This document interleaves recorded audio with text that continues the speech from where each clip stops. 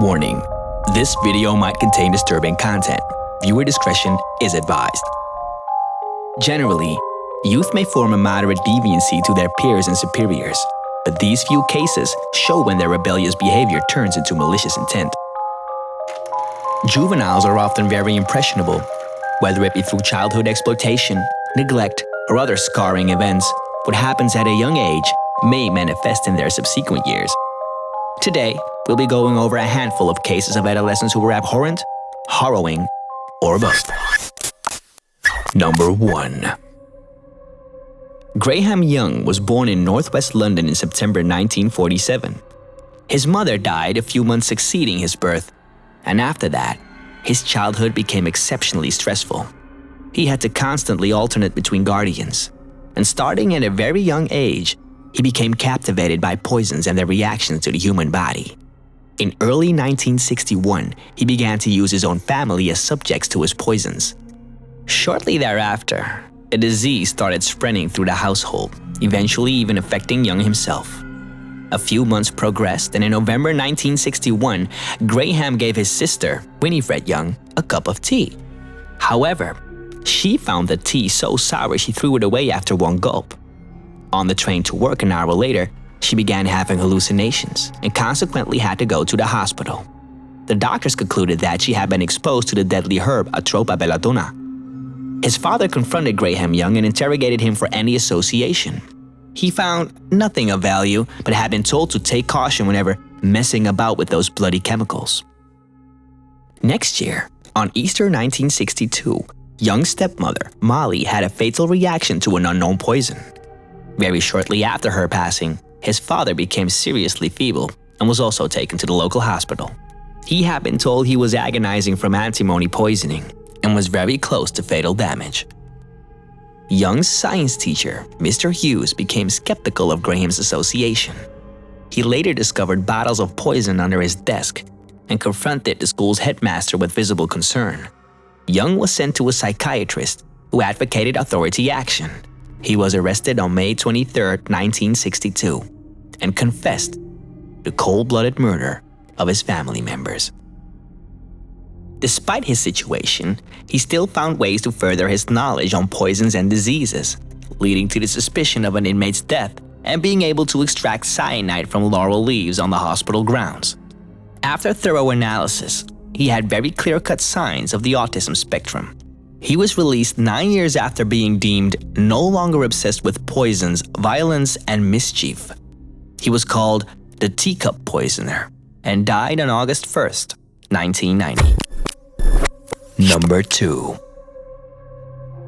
On June 1st, 2004, 12-year-old Satomi Mita was found eviscerated in an empty classroom. An 11-year-old girl was found to be the culprit. She was then very hastily taken into custody by local authorities. She confessed her association to the felony and eerily kept repeating, "I am sorry, I am sorry, I am sorry." She spent the night at the police station and refused any and all care that they attempted to provide. Shortly thereafter, she disclosed that she and Satomi were in a dispute over a direct message online. She stated that Satomi slandered her, commenting on her weight and calling her a goody-goody. A few months overdue in September, a Japanese family court declared to institutionalize her, digressing her young age due to the cruelty and severity of the crime. She was sent to a reformatory in the Kanto region in Japan. Originally sent away for 2 years, her sentence was elongated in 2006 by another 2. On May 2008, local authorities proclaimed she didn't need to serve another sentence.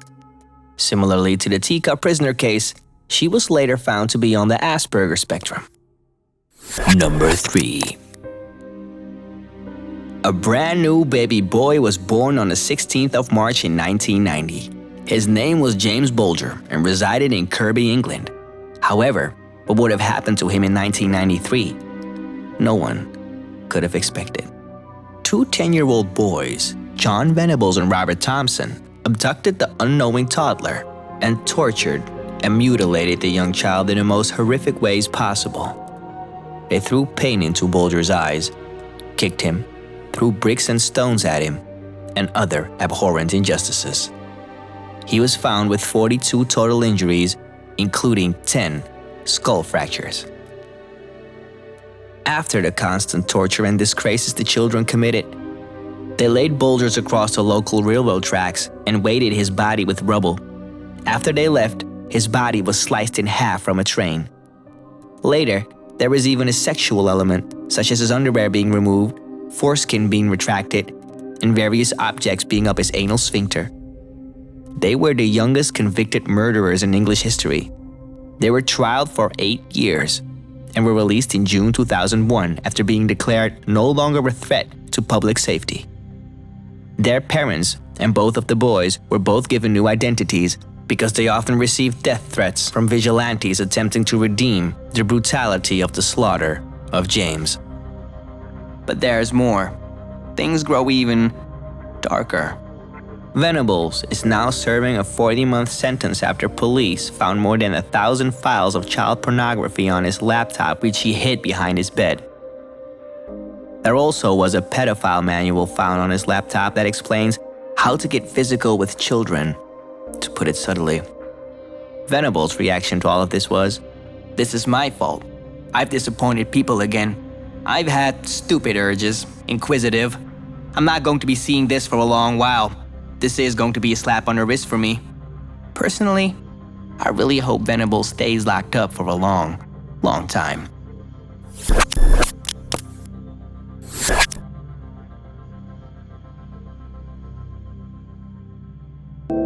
You're under caution, and you do not have to say anything unless you wish to do so, but anything you say may be given in evidence. Now you understand that, don't you, John? Yeah. Alright. I have a photograph here, which is a video camera photograph. That's me. That's me. That's right. So the boy holding James's hand is you, Yeah. and the boy ahead of you in the dark jacket and trousers, Robert Thompson. And what was it you told us? That I killed James. Right. Now, I know that took a lot of doing. I can't tell you anything else. Why? That's the worst bit. Why? Okay, right. I know that's the worst bit, but you know what you did. Right. Think about it. Right. And just tell us what happened.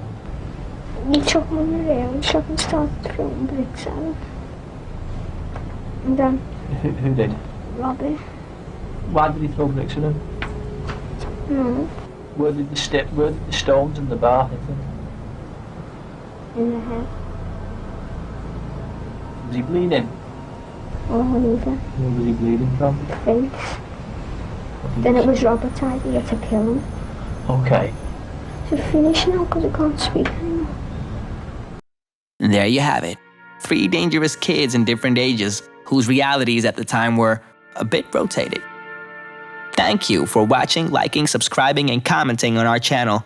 And speaking about comments, we've noticed that you know a lot more about certain cases than we do. If there are cases that you wish Rotated Reality should cover, let us know in the comment section below. See you in the next video.